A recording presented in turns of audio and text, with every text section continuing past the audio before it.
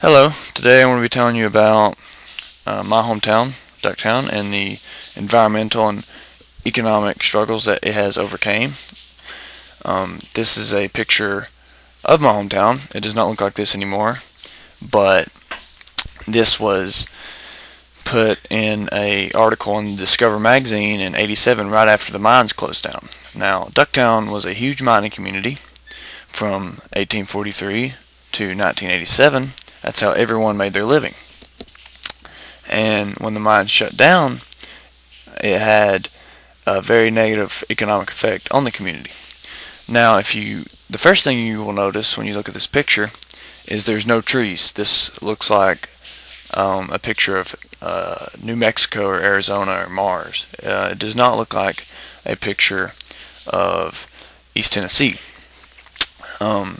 This was due to the smelting that was where they smelted the copper from the mines.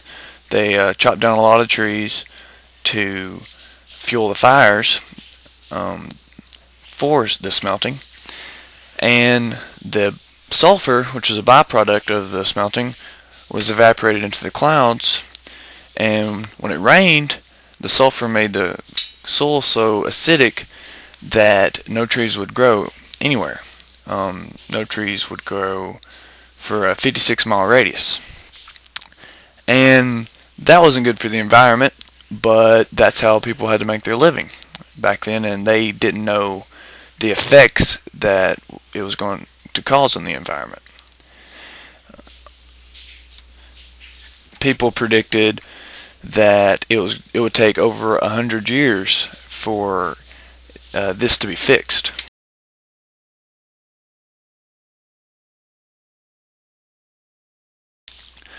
This right here is a picture of 6 miners. They're part of a rescue team. They had been honored in this newspaper in 1980, in this newspaper article, because they placed highly on a rescue team exam or contest or something like that. And this is just a good picture to show the workforce of Ducktown.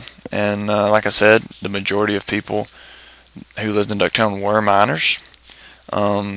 You either worked in the mines or you worked in the acid plant, which made chemicals from the sulfur from the byproduct of mining, or you worked on the railroads, which is basically like working for the mine, except you didn't go underground, you helped them with the railroads.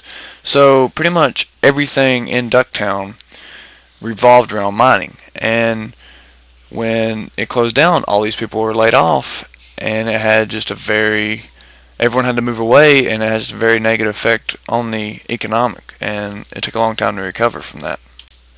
Here's another good picture to show the landscape of Ducktown, how there was just no trees for miles and miles and miles around. This particular picture is of where the miners lived. The mining companies paid for these miners to live in these houses. This is on-job housing. And how it worked was the people who were highest up, like the supervisors and stuff, they lived on the top of the hill. And whenever you got a promotion, you would get to move one house higher on the hill. This right here is one of the last remaining mine shafts in Ducktown. It's very symbolic. You will see this on shirts or paintings, or whenever you see something involving Ducktown, you are more than likely going to see this particular mine shaft. Just like when you see a bald eagle, you think of the American flag. Well, whenever someone from Ducktown sees this mine shaft here, they will think of Ducktown. And that's just a little interesting fact about that. Here you see some early attempts at reforestation after the mines closed. On the right here you see some ground cover. It was common for them to use kudzu at the time because it was fast growing. It was a little too fast because now it kind of grows out of control and takes over everything, but that's what they used back then.